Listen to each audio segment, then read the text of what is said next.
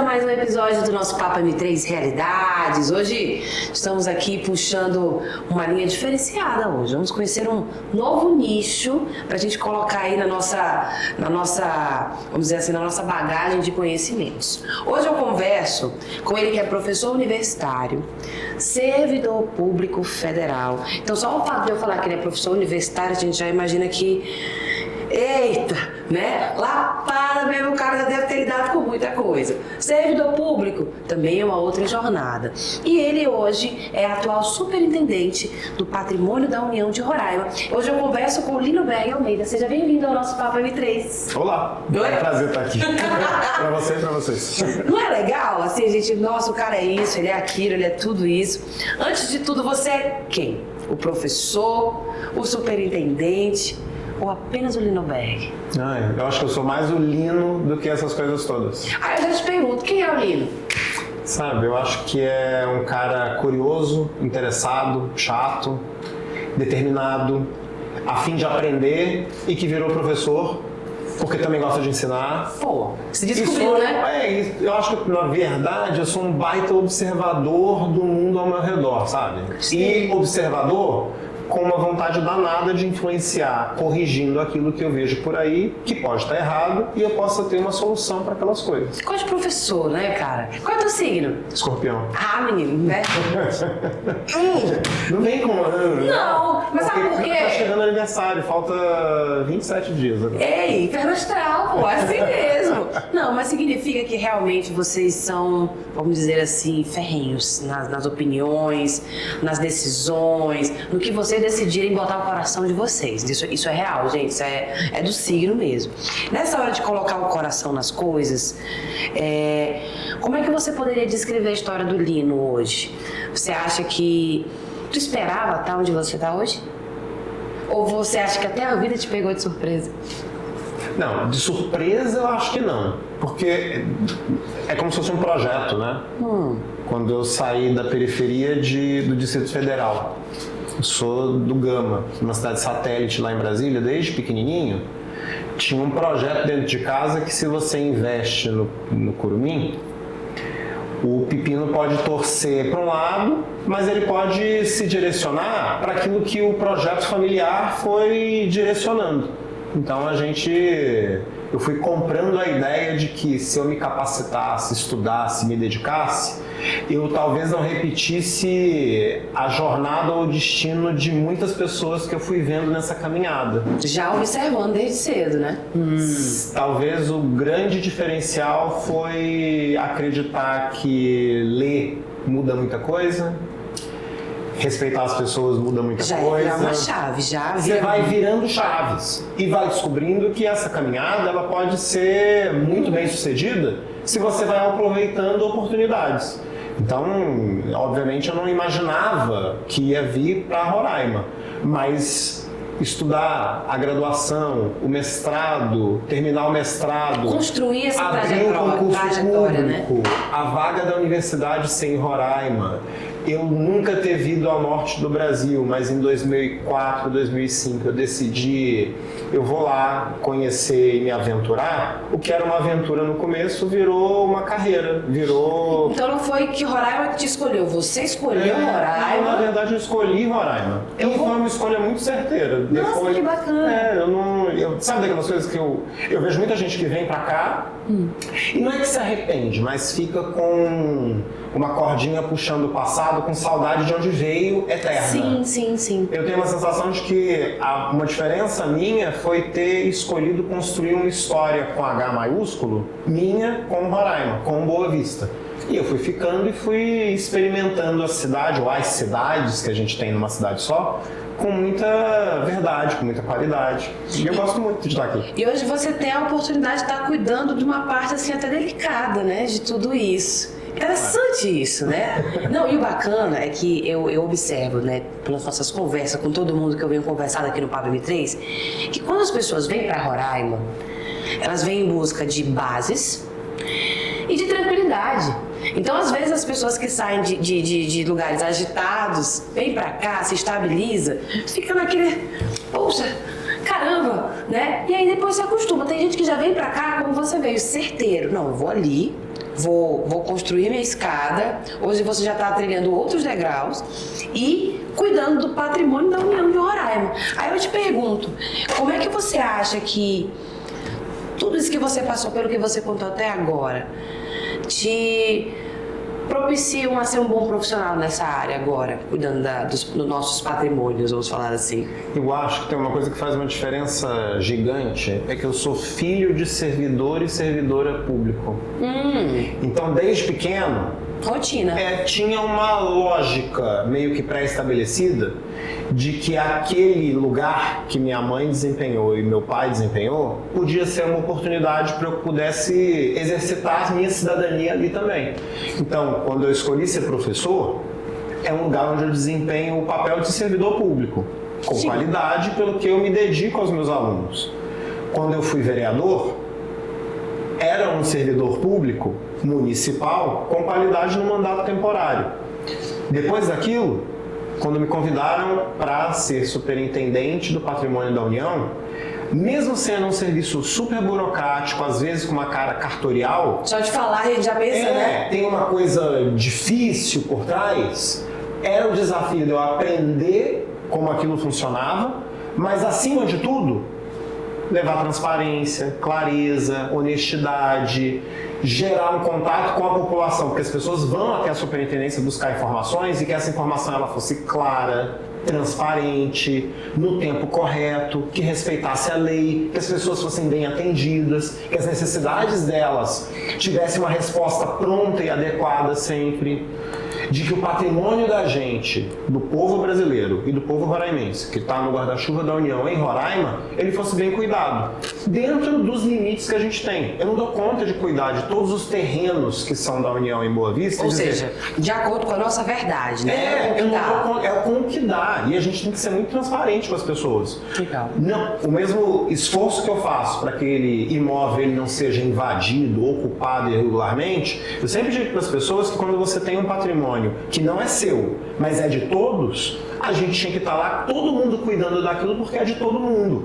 Justo. Uma praça pública, que a prefeitura tem o esforço de pegar recurso nosso, ir lá, ilumina, planta, pinta, bota equipamento para criança, bota o banco para o adulto sentar e observar a sua criança brincando, mesmo que você não use a praça, é um cuidado seu, cuidar de um patrimônio que não é só seu, é de todo mundo.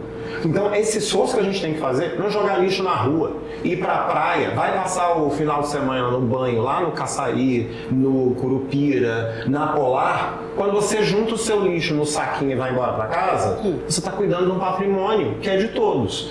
Eu acho que esse esforço de fazer com que o meu lugar de servidor público, para além daquilo que eu desempenho nas minhas 8 horas de trabalho na superintendência, todas as vezes que eu estou comunicando com as pessoas sobre patrimônio, não é só o da União, é o de todos nós. Porque quando eu falo que o patrimônio é da União, dá uma distância, né? Parece que ele não é meu, é de uma entidade que eu nunca sei quem é a União. Mas ele é de todo mundo. Ou então tem aquele negócio, é meu, eu que pago mesmo nesse imposto, deixa eu quebrar aqui também. Essa eu acho que é a pior parte. Essa é a pior parte.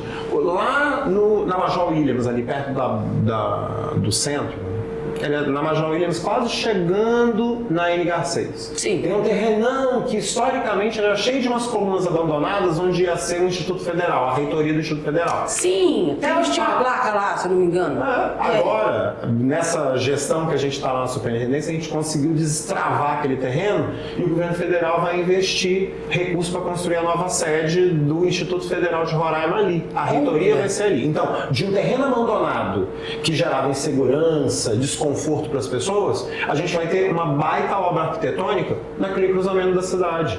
Olha. Todas as vezes, aquilo é um patrimônio da União, mas que vai continuar sendo um patrimônio da União, revertendo benefício para a população em Boa Vista. Essa é aí já é aonde o negócio entra, vamos dizer assim, favorecendo a gente, né? Nesse sentido, você falou da tua carreira pública pelos seus pais. Você acha que foram eles que te fizeram tomar essa decisão de seguir a carreira pública? Ou você ainda tentou assim, não, acho que eu ainda posso escrever minha história por outros caminhos? Não, acho que tem uma influência grande deles, mas quando eu vi para Roraima, O lugar mesmo é a universidade. Minha segunda casa. Teu foco era esse. É a universidade. Assim, eu tenho consciência absoluta que eu sou um professor pesquisador. Meu lugar é sala de aula. Quando entra na área da pesquisa não sai nunca, né? Eu gosto não de sala de aula. Sai. Por isso que quando eu digo que eu sou um bom observador, é um observador de olhar analítico. É de implementar método na busca por soluções para as pessoas.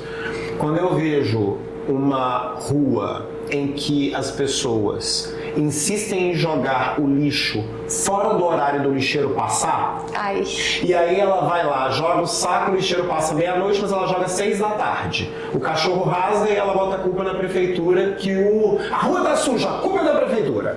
Ou então ela vai lá e joga o sofá na beira do igarapé, quando vem a chuva, o sofá cai no igarapé, enche a vala transborda, alaga o bairro. Não, porque não limparam direito. A culpa é sempre do outro ou a culpa é minha mesmo? A culpa é da gente como sociedade que não consegue entender que cuidar da coisa pública, cuidar da cidade, é um dever nosso, é um dever de todo mundo. Exato. Então, esse lugarzinho é que na minha vida, como boavistense, foi se ajustando. Eu fui tendo o contato com a sala de aula e com a observação da cidade, com as instituições que representam as pessoas na cidade. Eu passei a olhar mais para a Câmara Municipal. Acho que um raio bateu naquele momento e me fez acreditar que era possível um professor universitário ser eleito vereador. E aí, como é que foi para você chegar lá como vereador, né? Porque eu acho que essa não estava nos planos, né? Não, ninguém, né? Você não acorda de assim, eu quero que meu bebê seja um vereador. Ninguém olha pro filho com essa ideia. Mas eu tenho certeza, especialmente para quem é de fora, né? Eu vim para Boa Vista com um objetivo: a estabilidade de um serviço público para uma pessoa que não é nada estável. Eu sou instável, eu sou inquieto. Quando eu estou observando várias coisas ao mesmo tempo, se um dia aparece no Fantástico um escândalo dos vereadores ou da Câmara Municipal, como aconteceu em 2015, aquele foi o pontapé para um professor de ciência política na universidade debater com seus alunos e a gente chegar a uma hipótese. Será que a gente consegue fazer com que alguém, sei lá, um cidadão comum, sem ser de família influente, sem ter vínculos empresariais, consegue ser eleito um vereador em Boa Vista? Quando abriu a urna, meu nome estava lá. Eu consegui ser. Eu sempre digo que não é uma vitória minha. Foi mais aquele conjunto de pessoas que não se viam representadas pelos outros candidatos e que saíram de casa para votar em alguém que era mais parecido com elas. Eu acho que passamos muito por isso hoje. Então, tu acha que nesse teu jeito de ser observador, de estar toda hora... Você acha que foi isso que fez você escolher essa parte da ciência política, da ciência social? Tipo assim, olha, você podia ter escolhido ser psicólogo. Podia. Né? Também observa as pessoas, posso escolher de outra forma. Você quis observar e quis... Mas você sabe qual é a grande questão? É que o meu negócio nunca foi o indivíduo. Meu negócio é o coletivo. Olha. É o conjunto de pessoas. Depois que elas estão em grupo, como elas lidam com os problemas do grupo. O negócio do psicólogo, ele está, às vezes, quer dizer, na maioria das vezes, não no mundo da psicologia social, mas é muito mais um recorte de ciência preocupado com questões do indivíduo ou do mundo dos indivíduos. Sim. No meu caso, é algo do coletivo. O que me preocupa é por que Boa Vista tem tanto acidente de trânsito. Nossa. Não é porque ele é indisciplinado, porque ela atravessa a rua fora da faixa. É porque a gente, como sociedade, lida mal com as regras do trânsito. Tu acha que se tivesse tudo delimitadinho, olha, você vai jogar o lixo 6 horas, você vai fazer isso, não sei o que, tu acha que as pessoas seguiriam?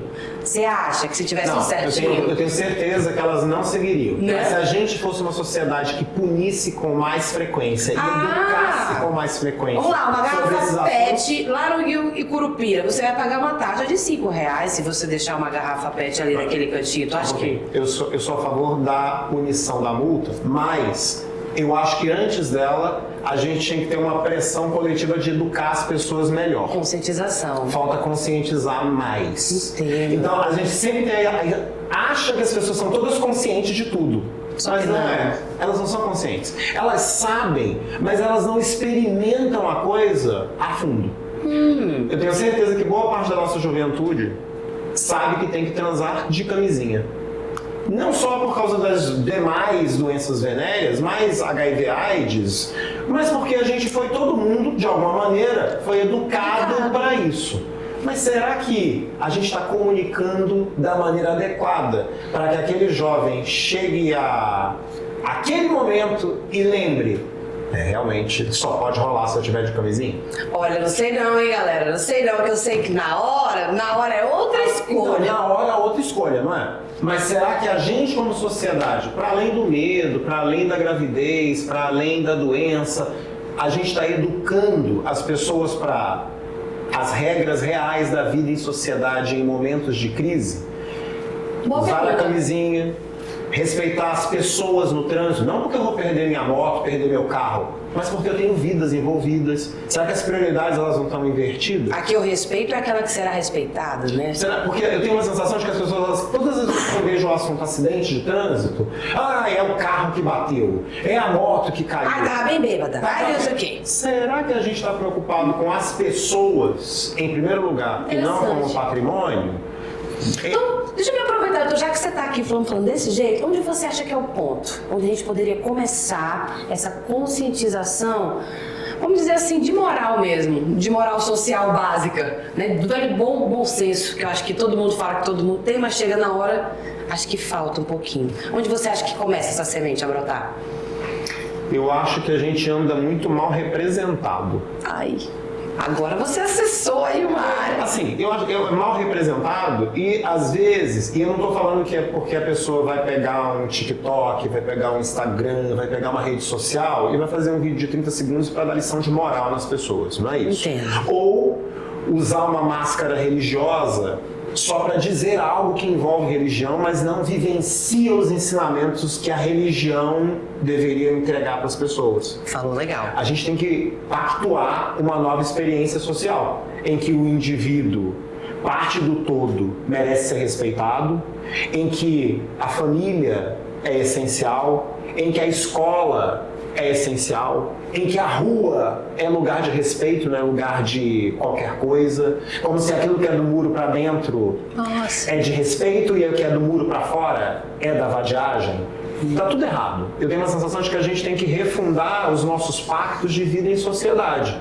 Conversar melhor dentro de casa, respeitar os momentos de encontro, ter uma regra do esconder o celular para as pessoas poderem respeitar o convívio uma com a outra com mais qualidade. Às vezes as pessoas não conseguem entender isso, mas o tempo que você passa experimentando uma vida no mundo virtual, ela tem transformado a nossa vida do mundo real em vazia. Nossa, demais! Então, que tal se a gente passasse a experimentar uma pausa no celular para que a gente pudesse conversar com o namorado, a namorada, o marido, os filhos, sobre aquilo que realmente importa. Eu vi um problema da minha cidade no celular. Ao invés de eu só passar a tela para cima ou virar para o lado, eu tirar aquilo e usar como pauta de diálogo na hora do jantar, ou do almoço, do café, ou a hora que for. Entendo. Para refundar as relações sociais mais sedentas. Não adianta deixar a culpa só para o professor, porque senão vira uma coisa que só o professor... Eu mando para a escola e a escola que vai educar. O professor não dá conta de carregar os problemas do mundo nas costas. Ou então, vai curar na terapia. Ai, nem me fale. Como se todo mundo tivesse acesso a psicólogo e não tem. Então, às vezes, a gente precisa descobrir ou redescobrir os nossos lugares de diálogo original, que eles estão congelados. É verdade. Parando para pensar dessa forma, a gente... Podemos, assim, até ver por alto alguns tabus que mães ainda não têm coragem de conversar, pais que às vezes também não sabem como acessar os filhos, ainda mais na fase adolescente. E cabe sempre ao professor plantar a semente. Não, e lembra bem, se tabu já existia, dificuldade de diálogo entre essas pessoas antes do celular, nossa, imagina como deve estar hoje, que a pessoa trocou a possibilidade do silêncio essa coisa do celular afastou as pessoas de uma maneira que... Como é que eu vou superar tabu se eu nem propor o diálogo? Eu nem enxergo mais que é tabu mesmo.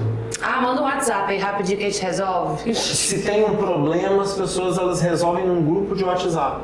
Então, como elas não têm mais sociabilidade, elas vivem brigando porque elas não sabem nem o tom mais. Ou faz terapia com a IA. Ah, é? Também Tem isso também. Não desmerecendo nada, gente. Porque eu também já me peguei falando com o chat GPT, tipo assim, ei, como é que eu dou essa resposta dele?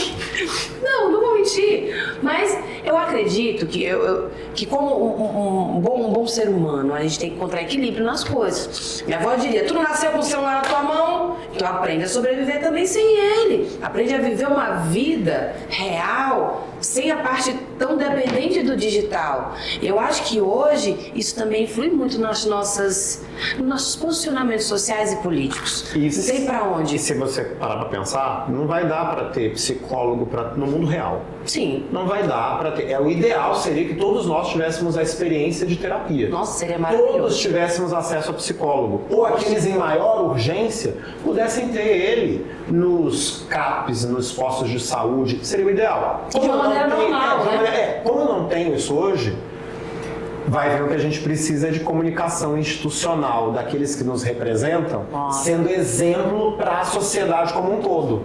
Cara. Esse tipo de coisa, às vezes, eu não tenho institucionalmente nem orçamentário para que isso aconteça no mundo real. Então, quem a gente escolhe para representar a gente, no mínimo precisa ser alguém capaz de defender o modelo ideal de sociedade que a gente precisa. Sabiamente.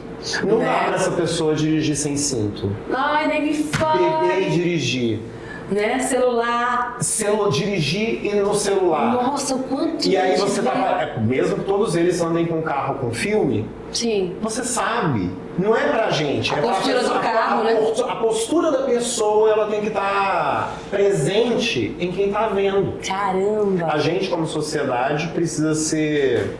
Quem representa tem que inspirar essa coletividade nas pessoas. Eu oficialmente acho que hoje a gente tem uma dificuldade de enxergar esses modelos nas pessoas que nos representam. A gente nem sabe mais que modelo a gente vai gostar. É tanta opção. Peraí, que estereótipo agora que eu quero de família? Que estereótipo que eu quero de vida fitness?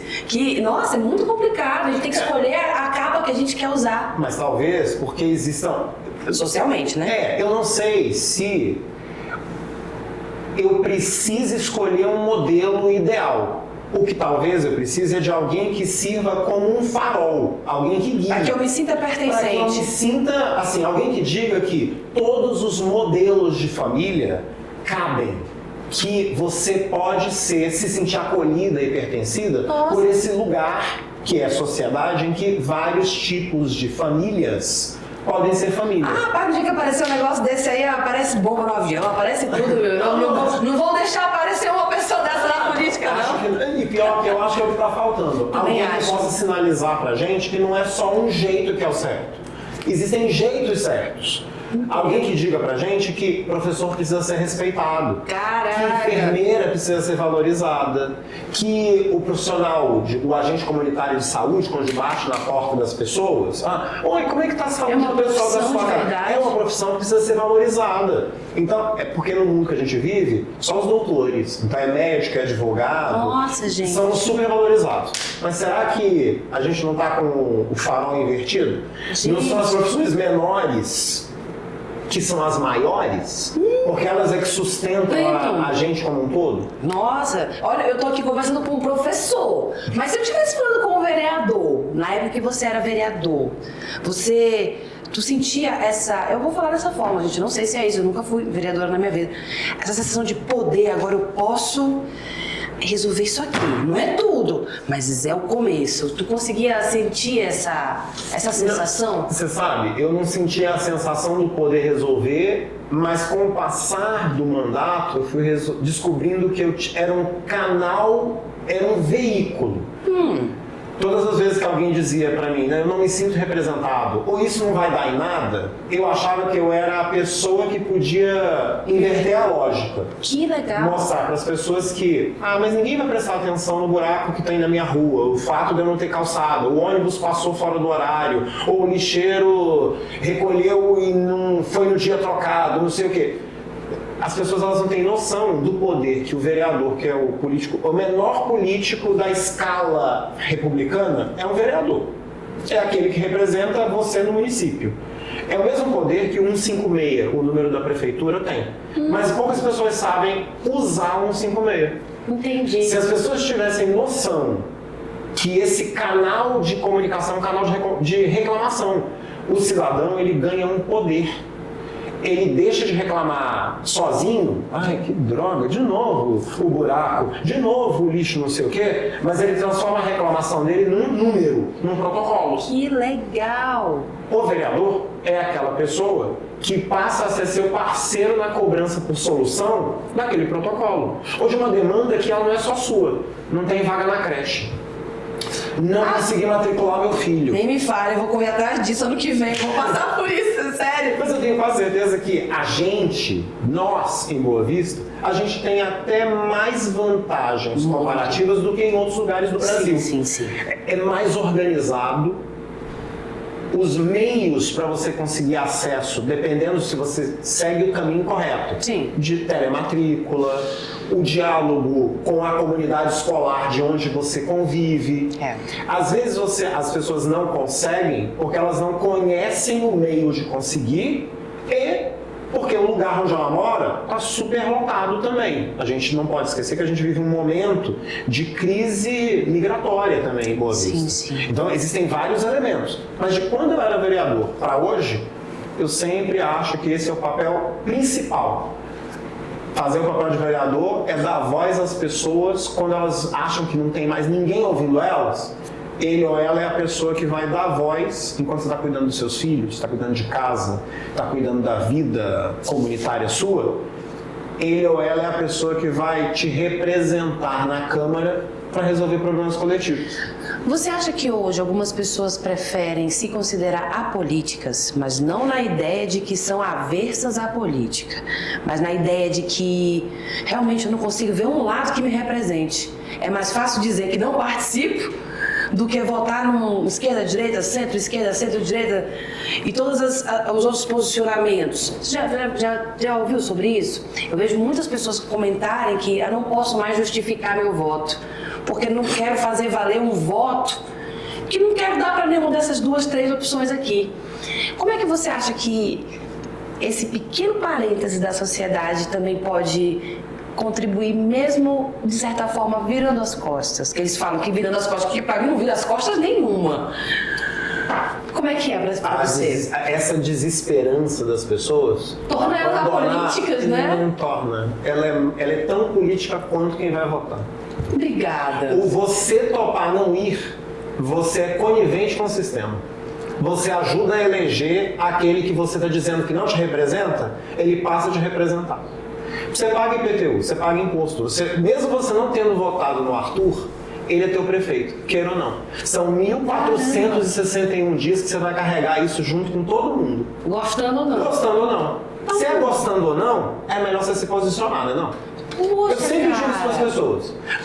E outra coisa. Se você não gosta, que tal você se propor a ser quem representa? Eita, difícil demais. Tu acha que as pessoas... Tu acha que teria, assim? Não é difícil, não. Porque olha... O que falta hoje ao sistema é gente que tope peitar o sistema. Bater de frente com o que já tá bom. Mas com qualidade. Sabedoria. O negócio não é você peitar dizendo se você não gosta de política, vota em mim, porque eu também não gosto de política, a gente vai... Mentira. Essa pessoa é a mais política que eu conheço. Porque ela descobriu um nicho que existe de gente que não se diz não interessada e tá doida para ouvir alguma coisa que faça um calorzinho no peito dela. Exato, que já o tradicional não passa, né? O tradicional já não me diz isso, já não me atinge. Nossa! Que legal, apareceu alguém que diz algo que, puxa vida, tá esperando tanto aparecer alguém que falasse o que eu sinto. Mas no fundo, é só mais um querendo te usar para ocupar o poder, para beneficiar ele e a pequena fatia de pessoas que o ajudam a colocar lá. Aí você se sente pertencente àquela realidade, você vota, bota tua família, teus vizinhos, todo mundo ali. Não dá um mês, ele não te representa nada. Chegamos nesse ponto, que interessante. Mas aí você também não cobra o mandato, você elege uma pessoa que mora no teu bairro, acabou a eleição, ele muda para Paraviana, aí esquece tudo que tinha no seu bairro para reclamar. Mas ele não foi eleito porque ia representar meu bairro, representar a nossa comunidade. Aí ele muda para onde a elite local mora, porque ele se sente parte das casas do bairro, aqui não me representa mais, eu vou mudar. Ah, estranho, não? Então você votou errado. Porque se a pessoa foi eleita para ser representante do lugar onde você vem... Por que ela não tá ali? Eu votei em alguém que ia representar os professores, ia representar a saúde. Aí quando chega no meu lado, não fala sobre saúde, não fala sobre educação. Nossa, a gente tá Ou falando... fica batendo palma para quem tá repetindo a política do mesmo de sempre. Por isso que ir para a urna é só um ato desse processo. Tu acha que esse tipo de assunto a gente consegue conversar na mesa de bar tranquila? Tu acha? É meu sonho. Já pensou? Todo mundo sentado. Eu tô há 30 anos conversando na mesa do bar sobre esse tipo de assunto. Tranquilamente. Não tem problema nenhum. Nossa, gente, e acho comigo não tem esse papo de esquerda, direita. Não.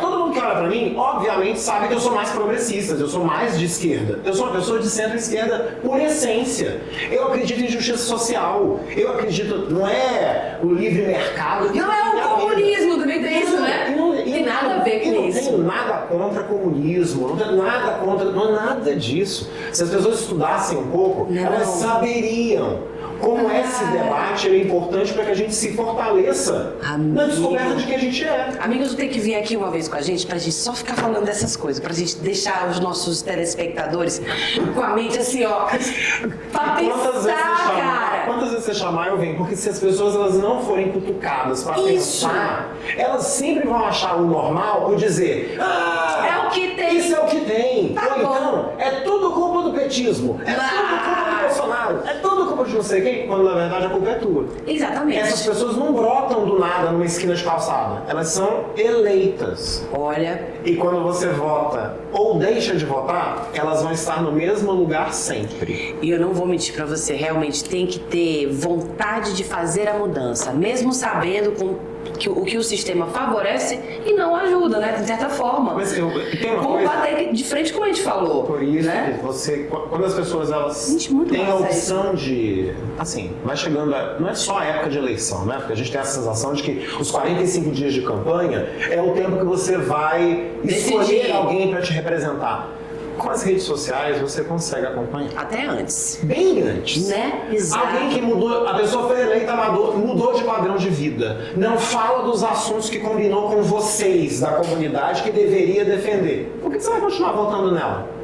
Para além dos 50, 100, 200, 300 reais que ela oferece na época da eleição para ganhar voto. Acho que aí cabe aquela conscientização também, vamos até juntar mais um pouco, das pessoas saberem como reclamar, como terem os seus direitos da maneira sábia mesmo. Porque o próprio sistema entrega as possibilidades. É assim, ó, uma pessoa que não... Eu tô falando besteira. Não, a pessoa, por isso que a consciência, com C maiúsculo, ela é maior mesmo. A pessoa que não joga a garrafa PET no Curupira, não joga sofá na vala, não joga o lixo no meio da rua, faltando 7 horas para o caminhão passar.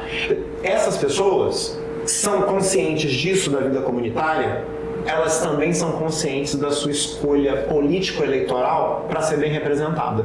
Quando eu estou falando de consciência, minha consciência coletiva como cidadão influencia diretamente aquele que eu vou eleger para me representar por 1.461 dias.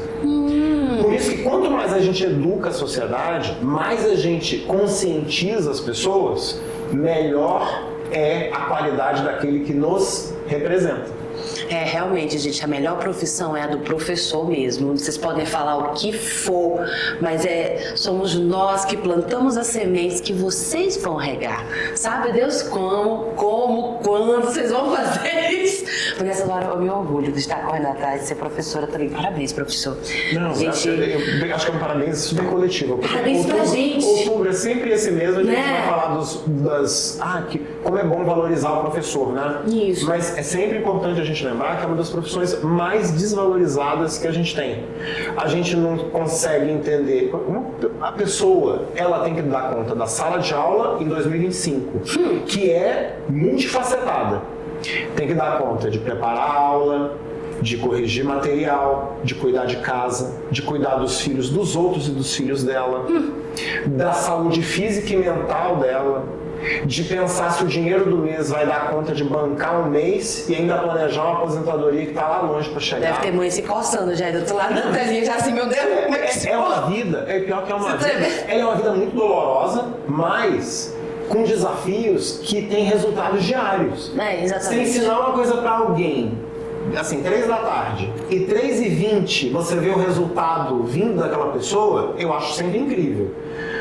É a profissão com o resultado mais claro e base para todas as outras que a gente conhece. Verdade. Só tem o médico que salva, o cientista que cura, que pesquisa, porque tinha alguém ensinando antes a chegar naquele lugar.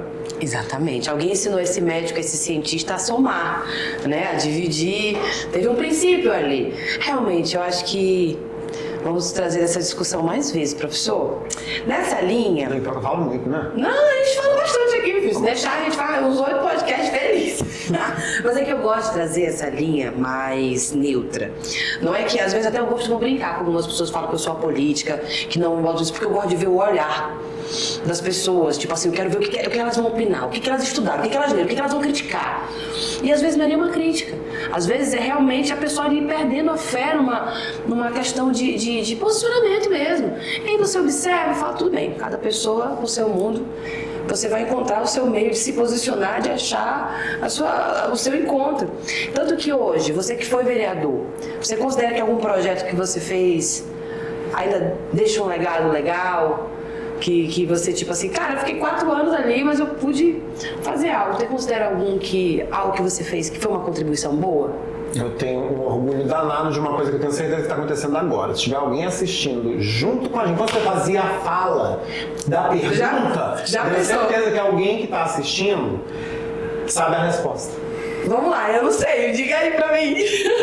Se qualquer pessoa caminhar no centro da cidade de Boa Vista hoje e olhar para cima da cabeça, ver umas placas de estacionamento pago que teria no centro da cidade que a gente chamava de Zona Azul.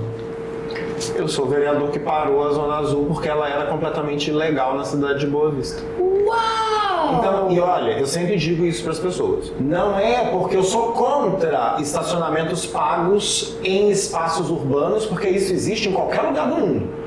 O que eu sou contra é coisa feita de jeito irregular. Você não vota no vereador que faz leis para que ele vá ser a favor de coisa que está contra a lei.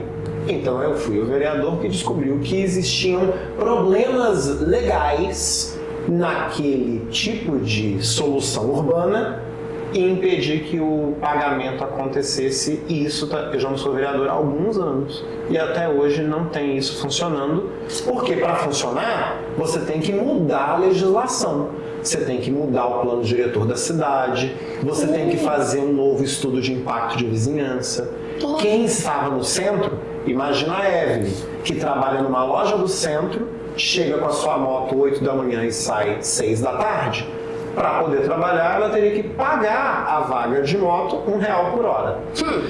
Um professor que trabalha numa escola, ele poderia parar o carro, vai dar aula, mas a vaga R$2 por hora para poder dar aula, e não tinham exceções. Tudo bem. Mas se a Evelyn tiver uma casa no centro e essa casa não tem garagem interna e ela tinha uma vaga na frente da casa dela a vida inteira, ela, a mãe dela, a avó dela pararam na frente de casa. A lei que instituiu a Zona Azul disse que aquela vaga tinha que ser paga todo dia por hora.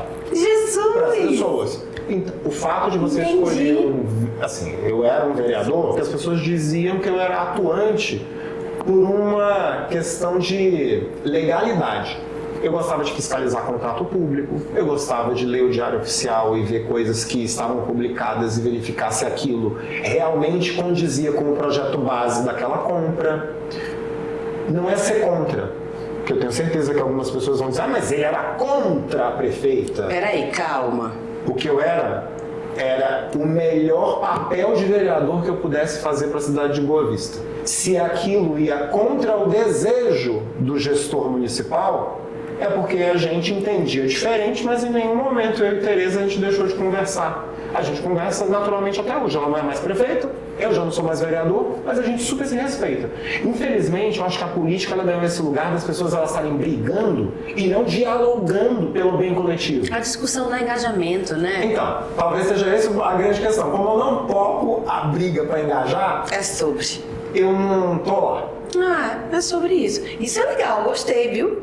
Agora vamos falar do patrimônio? Bora. O que significa cuidar do patrimônio da União de Roraima? Fazer aquilo que todo mundo devia fazer, mas não dá conta porque tem outras responsabilidades e eu fui o escolhido para cuidar pelo governo federal quando o presidente Lula e a ministra Esther disseram: Lino, você topa o desafio de sair um pouquinho da universidade e ser o superintendente do patrimônio da União para cuidar dos terrenos, das áreas de rio, das ilhas de rio, dos terrenos federais, dos prédios públicos federais que estão sob a responsabilidade da SPU, para que eles tenham uma função social adequada e a gente possa, assim, cuidar deles da maneira mais adequada dentro das condições que a gente tem hoje, dentro das condições que a gente tem hoje. Foi isso que eu topei o desafio. Foi um convite para poder cuidar disso da maneira física e da responsabilidade legal deles, né? Porque todos esses imóveis que eu tô falando, assim, quem tem casa sabe disso. Sua casa, terreno, tem uma matrícula no cartório. Lá é o lugar que a gente acompanha todo esse lugar cartorial dos patrimônios da União que estão no estado de Roraima. E quais desafios você acredita lidar por estar nesse cargo? Até porque patrimônio. Eu acho que talvez o maior desafio é o diálogo com a sociedade, sabe? É explicar para as pessoas Voltamos diariamente. para o conscientizar conselho. Diariamente para as pessoas de que não é porque é patrimônio da União que é de bolo, que pode ocupar e invadir regular, assim... Os capião. Não é desse jeito, querido. É da União, então é de todos. É de todas. Então todo mundo é dono junto. Por isso que a ideia é, se existe um bem, um terreno, você sabe que tem uma placa da União lá, e o vizinho está vendo que alguém está indo lá se ocupar daquele imóvel, a primeira coisa é entrar em contato com a gente, para que a gente vá lá retomar o controle daquele bem. Os que estão hoje, vários deles, a gente tem um diálogo muito próximo dos movimentos sociais em Roraima, para que, se ele tem um perfil, aquele imóvel de política habitacional, a gente faz um esforço de diálogo com o governo federal, com o governo do estado, com a prefeitura, para regularização fundiária, gente que mora em bairros e em casas que não tem titulação até hoje. Nossa! Então a gente facilita isso com aquele imóvel da União. Há grandes áreas que têm perfil de reforma agrária.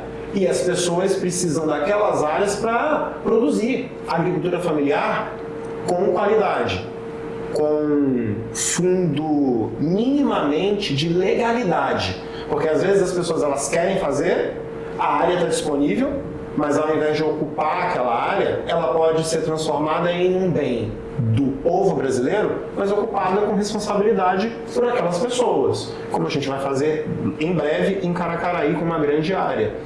Eu acho que tem esse desafio de cuidar do patrimônio, mas também dar uma destinação de qualidade para aquele bem. E para que tanto eu, quanto a Evelyn, quem está assistindo a gente, se sinta tranquilo e diga, puxa vida, tem alguém cuidando dos bens que não são só de alguém, é de todo mundo, enquanto as pessoas estão vivendo as suas vidas cotidianas. Isso é legal. Nesse sentido desses bens, por exemplo, você pode colocar assim um top 5 dos problemas que você tem tentado resolver nesses últimos dias. Agora você listou Caracaraí. Quais são os outros? Eu acho que tem um assunto que todo mundo que mora em Boa Vista já deve ter visto no jornal, na televisão, na internet, que é uma disputa judicial. Assim, tem uma questão judicial rolando até hoje que não está resolvida com uma fração do bairro Paraviana. O bairro Paraviana, uma fração dele foi negociada irregularmente, porque era uma área da União, e essa área da União foi loteada e negociada, vendida E hoje as pessoas moram nessa grande área com uma instabilidade jurídica. Elas são donas, se sentem donas, mas a União também é dona daquelas áreas. E aí, como é que a gente faz? A gente está aguardando a resposta da Justiça. Eita, então tipo... Então esse é um assunto que é um assunto desses... Você me perguntou? Sim, top 5, vamos lá, só o segundo. O assunto da área do Paraviano é um assunto importantíssimo. A destinação de grandes áreas em Boa Vista para ter uma função social de qualidade. Como a história do O IFE. Instituto Federal de Roraima, com uma reitoria numa área grande ali na Major Williams, eu acho super importante.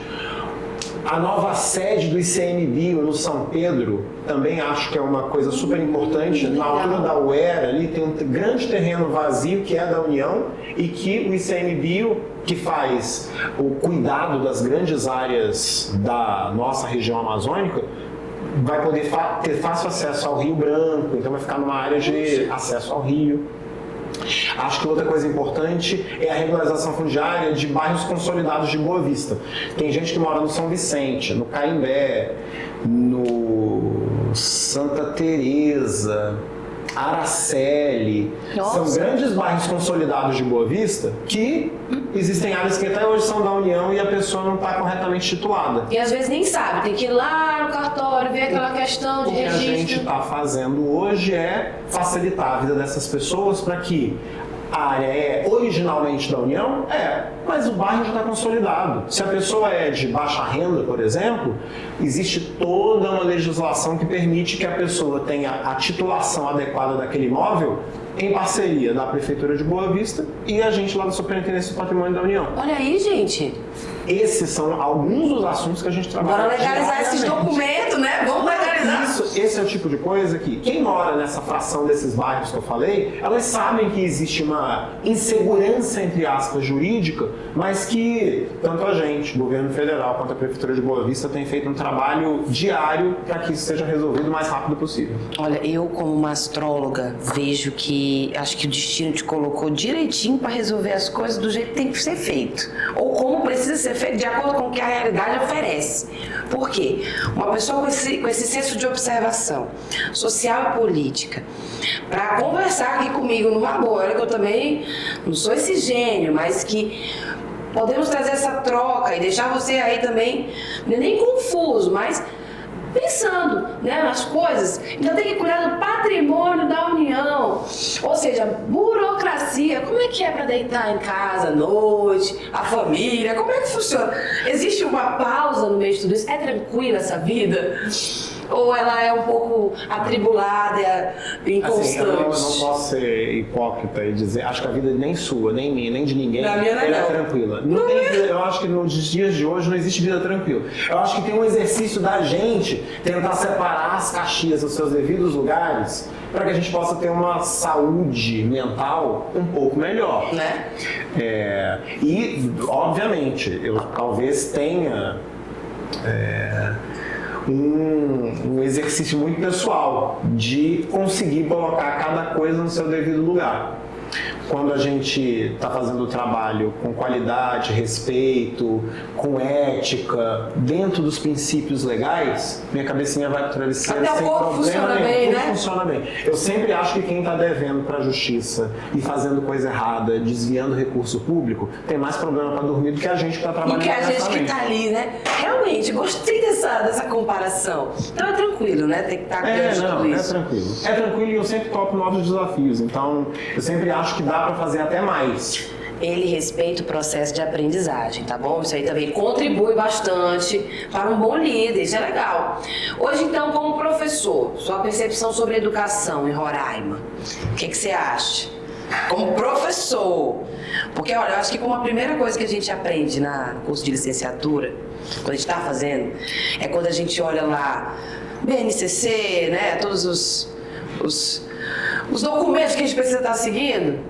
Ah, mas no máximo uma turma é 12 a 16 alunos. No máximo em uma turma, 12 a 16 alunos. Por que essas salas são sempre lotadas? O que acontece com esse sistema da educação que não divide direitinho? Por que não tem tanto professor? Se tem um monte de gente falando em pedagogia. Como é que essas discussões se encaixam, não no lugar de reclamação, mas no lugar de educação? Eu acho que talvez a gente tinha que convidar aquelas pessoas lá para fazer a reflexão de qual é o lugar da ideia de educação na vida delas. Uma pergunta interessante. Um estado que a gente vive, que fecha a escola ao invés de abrir escola. Nossa! No estado que a gente vive, que às vezes você tinha... Bom, não sou eu que estou falando, os números falam por si. O mapa da educação acabou de sair, coloca Roraima nos últimos lugares em vários aspectos. Nossa. No estado da escola de lona, do ar-condicionado que falta, do professor que falta, da falta de concurso público. Eu acho que tem, assim, tem o concurso, eu sei, quem está assistindo a gente e às vezes está defendendo quem está na cadeira da gestão, também precisa fazer uma reflexão. Se a educação com Lé maiúsculo ela fosse prioridade, a gente não estaria batendo boca com coisas menores. É um projeto maior de sociedade que eu estou falando. Entendo. Quando a educação que a gente coloca no lugar da escola, ela falha, obviamente a educação para a consciência cidadã e coletiva urbana, ela também vai falhar.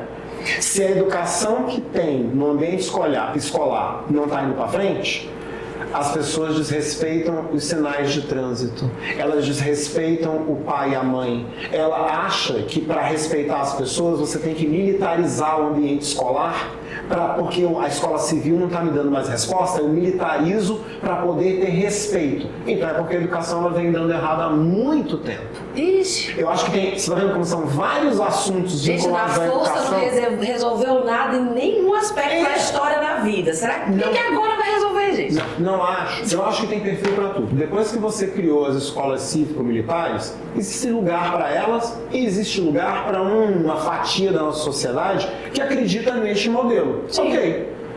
Mas e as outras escolas? O padrão, a escola civil que preconizada na Constituição de 88. Cadê ela?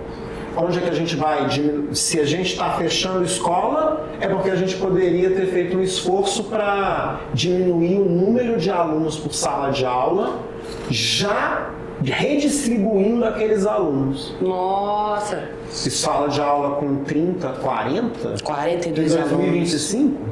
Não está dando, né? Será que os nossos professores, coordenadores, gestores, merendeiras, controladores de acesso, eles estão preparados para as crianças atípicas, o mundo do autismo, TDAH? Será que a gente está educado ou trabalhando adequadamente? Educado para educar? Será que a gente está trabalhando adequadamente com novas tecnologias? O chat GPT chegou, o celular está na sala de aula, aí você proíbe o celular durante a sala de aula, mas você educa as pessoas para diminuir a ansiedade que elas têm porque largaram o celular em algum lugar? E a casa de ferreiro, o espeto é de pau? Tipo isso, né, cara? Foi tipo isso. Eu acho que tem vários assuntos que a gente precisa conversar.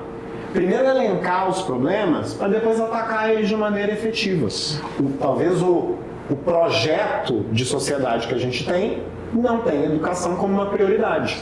Entendo. Se a gente colocasse isso como prioridade, a gente tem que discutir como estabelecer aquilo que vem primeiro, né? Eu não acho que você tem que deixar de lado escolhas como valorizar a saúde mental, psicológica de professores e comunidade escolar. Como a gente faz para ocupar os ambientes escolares para além dos turnos de aula? Será que as escolas elas não podiam ser também espaços de arte e lazer no contraturno das aulas?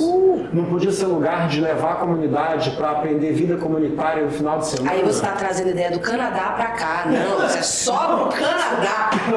E olha que não é, né? A única coisa que seria diferente é o frio e a neve, porque gente e vontade que canadense tem, paraense também tem. Se funcionou lá, funciona aqui. Eu acho que o falta pra gente é essa vontade de fazer acontecer. Eu vejo uma galera de atividades pedagógicas inovadoras fazendo esforço individual sozinho, gestor guerreando sozinho, professora e professoras criando métodos e coisas em sala de aula na hora do intervalo, mas às vezes é tudo muito sozinho e pouco valorizado. acho que é porque o celular individualizou muito, fez as pessoas não precisarem de pessoas, né? Isolar pessoas, é complicado. E aí vai voltar para aquele nosso comecinho da conversa, que se pai, mãe, filho, vó, amigo, namorado, largasse um pouquinho o celular e vivenciasse o debate, o diálogo saudável de coisas que estão acontecendo ao redor da gente, às vezes até estimulado por aquilo que eu vi no celular, se elas lessem um livro. O que é isso? Ler livro é antiquado demais. Se elas vissem uma série juntas, fossem ver um filme e debatessem sobre aquilo,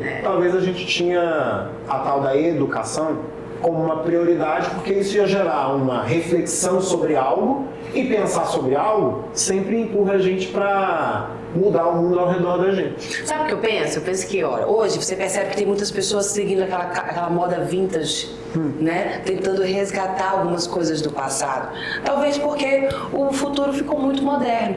Talvez daqui a alguns anos, hoje nós, as pessoas que ficamos muito no celular, possamos buscar outros meios lá na frente de resgatar coisas de quando nós não tínhamos tantas tecnologias. Para e pensa. E acho que pra gente, roraimense, talvez o olhar para os povos indígenas pode ensinar pra gente que existe uma experiência comunitária com menos tecnologia que funciona. Então aprender com aquilo que a gente faz de conta, né? Porque Roraima tem um lado de Roraima que faz de conta que a gente não é um estado super indígena. Que tal aprender com a experiência da comunidade, da maloca, das pessoas que estão ao nosso redor, os grandes anciãos e anciãs das comunidades indígenas, talvez tenha um monte para ensinar pra gente e que, sem tecnologia, tem respeito, tem carinho, tem afeto, tem amor, tem produção. Eu acho que tem discussão, tem diálogo, tem debate. Essa coisa de como você decide coisas coletivamente numa comunidade indígena. Por que a gente não pode decidir coletivamente na cidade, que é a coletividade que a gente conhece? Será que a ótica deles é que está antiquada para conosco ou é a nossa para com eles? Ai, que delícia! Tenho quase certeza que as pessoas vão descobrir que a gente que é atrasado e eles é que são avançados. Só precisa experimentar. Vamos ler isso em algumas matérias. Anotem. Vamos fazer um papo leve para ver o que te faz realmente o roraimato que bebeu da água do Rio Branco, que gostou e ficou mesmo? Vai lá. Vamos lá. Como todo professor, toda pessoa culta, com toda certeza, tem um livro que marcou a sua vida. Tem algum que marcou a sua vida? Ai. Escolhe um. Deixa eu te contar um negócio. Eu sou péssimo com essa coisa de dizer um livro. Eu já li tanta coisa. Faz um top 3. Mas assim, não. Eu vou te dar um livro que eu tenho um grupo de amigos. Ultimamente as pessoas olham pra mim e dizem que Tudo Rio, da Carla Madeira.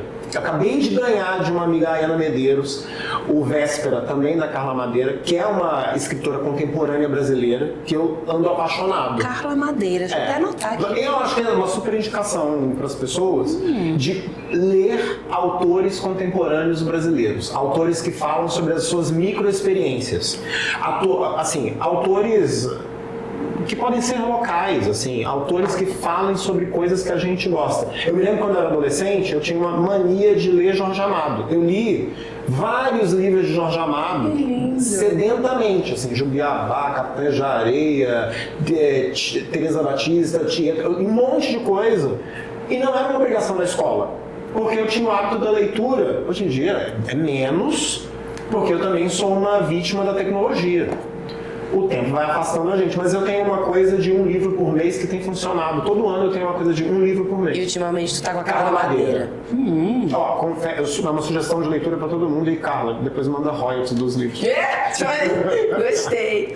Uma pessoa que te inspira a seguir essa saga aí de autoconhecimento, de novos conhecimentos e afins. Me inspira? Acho que minha mãe me inspira.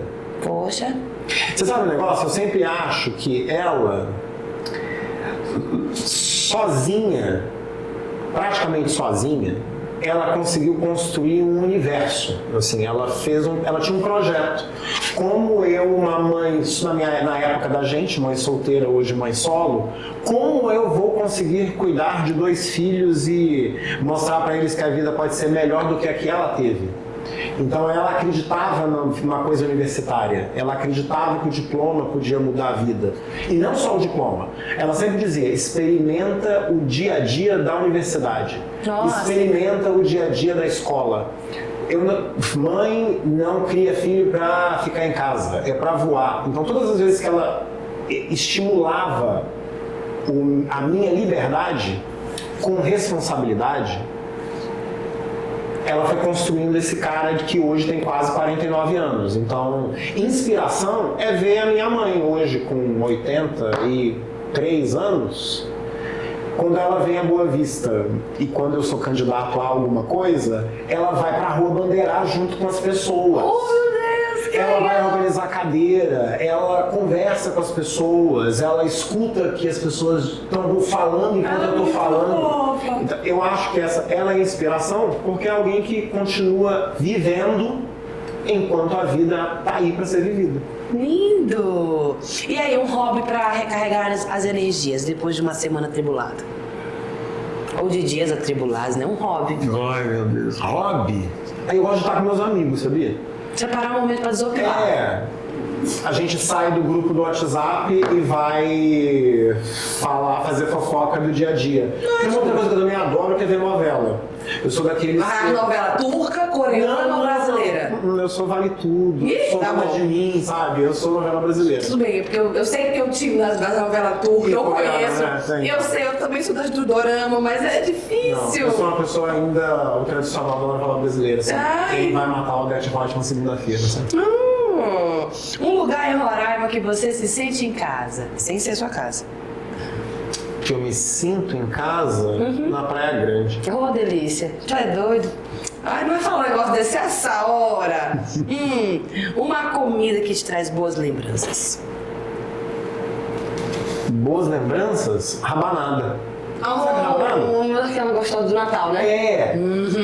Rabanada tem uma coisa que me lembra casa. Como eu não moro com a minha família toda mora em Brasília. Então vai chegando outubro, Ai, já pensa na final de rabanada. ano, tem essa coisa de um cheiro familiar. Mas não é a rabanada em si, porque é muito calórico para mim. Mas antigamente eu não tinha essa reflexão, a preocupação na caloria. Ela me traz um lugar de conforto, de aconchego, de barulho de criança, Massa isso. de cheiro de comida e família reunida, minha avó cozinhando, minha mãe falando. Eu tenho a minha casa é mais silenciosa aqui, lá eu tenho uma lembrança muito gostosa de um lugar familiar, de aconchego e com cheiro e sabor de rabanada. Que coisa. Não tem aquele ditado que fala que tudo que é bom ou engorda, ou não sei o que, ou é crime? Então não tem. Essa eu tenho certeza que engorda, porque Não tem pro doce do jeito que é e frita do jeito que é, ela vai engordar. Mas ele faz super bem. regional. Diga aí um roraimense que te conquistou, um prato roraimense. Tambaqui, eu sou apaixonado por peixe no final de semana. Assado, frito, De cozido. qualquer jeito. Ai, Qualquer tambaqui jeito. Sábado passado eu fui com o Michael comer caldeirada.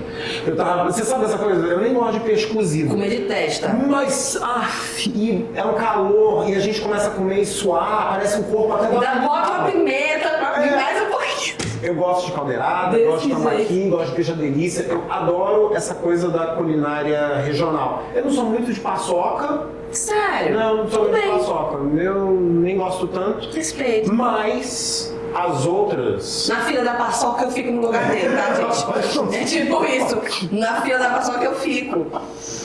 E uma frase ou pensamento que te acompanha, que você leva pra vida mesmo, que é sempre útil. Ai, meu Deus, essa ninguém me avisou que ia ter. Ih, surpresa! Jesus. Você sabe um negócio? Talvez não tenha uma frase, assim, mas eu acho que as pessoas, e todas as vezes que eu penso nisso, eu tenho uma sensação de que pode acontecer. Então a gente tem que acreditar na gente. Então essa coisa de acredite em si mesmo, acreditar de verdade, assim. Eu conheço tanta gente que começa coisas e deixa pra trás, que abandona projetos. Você tem que acreditar em você. Gente que começa a faculdade, não é porque não teve as condições, porque muita gente deixa porque não teve condições. Eu tô falando daqueles que têm as condições e, por uma dificuldade, abandona. Entendo. Que tal acreditar em si mesmo, mas com a garra de fazer a coisa acontecer? Olha. Gente que namora, casa e na primeira discussão joga tudo fora. Por que a avó ficou, a mãe ficou e a gente não fica? Porque talvez as pessoas elas estão se relacionando umas com as outras igual elas se relacionam com o celular, com o sapato velho. Elas jogam fora, como se não valesse nada.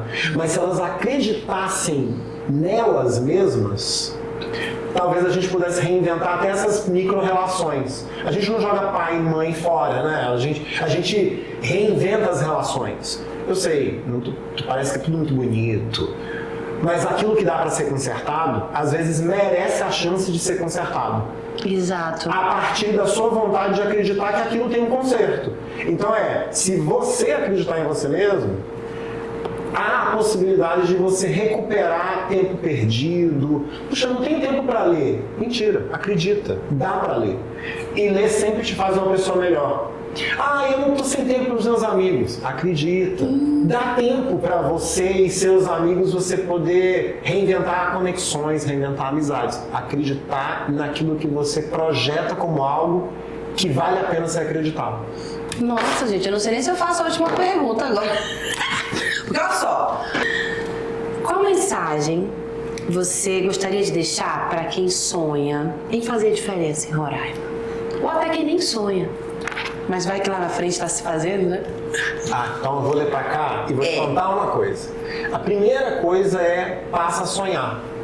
Porque para quem não sonha, só tem um remédio: sonhar.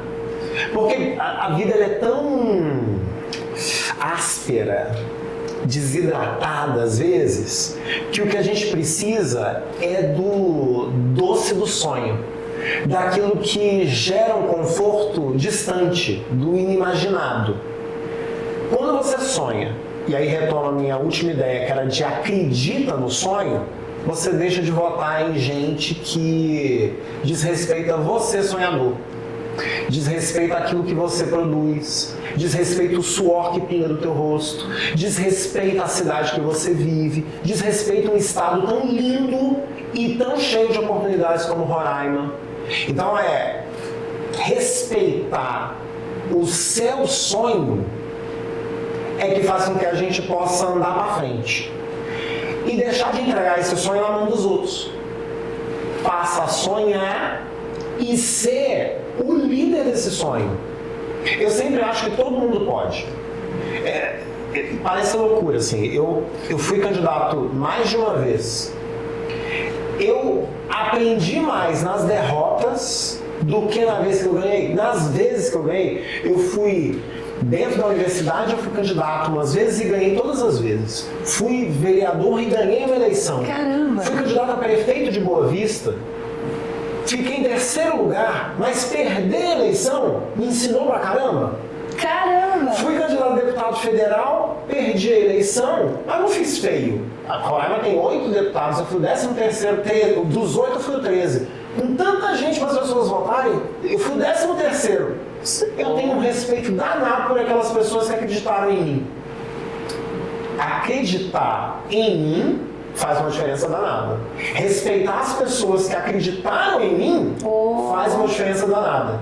O que me faz vir aqui conversar com a Evelyn e com vocês hoje é ter a certeza absoluta que no lugar que eu tiver, seja na sala de aula, na frente da minha casa, na superintendência ou em qualquer lugar de Roraima, eu vou dar o meu melhor para que eu possa respeitar a mim e aos seus sonhos, sempre. Poxa, pena que eu não consigo pagar uma matéria contigo lá na universidade. Minha vontade agora é pagar uma matéria contigo, chamar você de professor e bora discutir aqui horror. Eu tenho certeza que se você caçar uma matéria, você vai pagar comigo. Eu vou fazer uma matéria pra pagar com o senhor. Muito obrigada, Eu que agradeço o convite. Parabéns pelo momento que você tem aqui na frente das câmeras, tá? Eu acho que a gente tem, assim, quem nos assiste, né, sabe muito bem o que a gente está construindo. E nós queremos trazer isso para as pessoas, para que você, do outro lado, tenha a sua opinião. Né? Não só a minha, não só a dele, é a nossa. E essa nossa, a gente percebeu hoje o quanto que a nossa pequena parte, não tem nada de pequena. O tanto que ela contribui, né? E pode contribuir ainda mais se a gente tiver um trisco de boa vontade e entender realmente o que é nosso e como proteger, porque né, ter zelo por isso também. Poxa, obrigada, Lino Mel. Hoje eu aprendi coisas inimagináveis, por isso quero deixar pra você uma lembrança desse momento. É a nossa cana aqui especial para que quando você estiver lendo seu livro do mês, eu também tô nessa, viu? Também tô nessa de ler o livro do mês. Obrigado. Para que você lembre dessa conversa, que você lembre também da ideia de que nós estamos aqui plantando boas sementes. Eu espero, né? Assim, espero. Continuaremos plantar, porque vai ficar gravado para você assistir quando você quiser. E que a gente consiga, com a nossa fala, fazer alguma coisa, mudar alguma coisa, melhorar alguma coisa? Será? Será que é difícil a gente sonhar assim? Eu acho que vale a pena esse sonho, não? Vale, não é difícil não, é só acreditar. Obrigada, Linalberg. Obrigado. E obrigada a todos vocês que ficaram até agora nessa conversa maravilhosa. Fica aí, gente. Fica aí na nossa linha, na nossa sintonia, porque é assim que a gente fala de muitas realidades reais. É desse jeito, desse pleonasmo, pra você ficar sempre sabendo de muitas coisas legais que acontecem aqui em Roraima, no nosso Brasil, para que a gente tenha opinião, o que for necessário, meu bem. Aqui o Papo M3 Realidades é pra nós, é pra todos vocês. E eu vejo você no nosso próximo episódio, viu? Fica aí, não sai daí, que a gente volta já semana que vem com um novo episódio. Cheiro cheiroso. Tchau, tchau.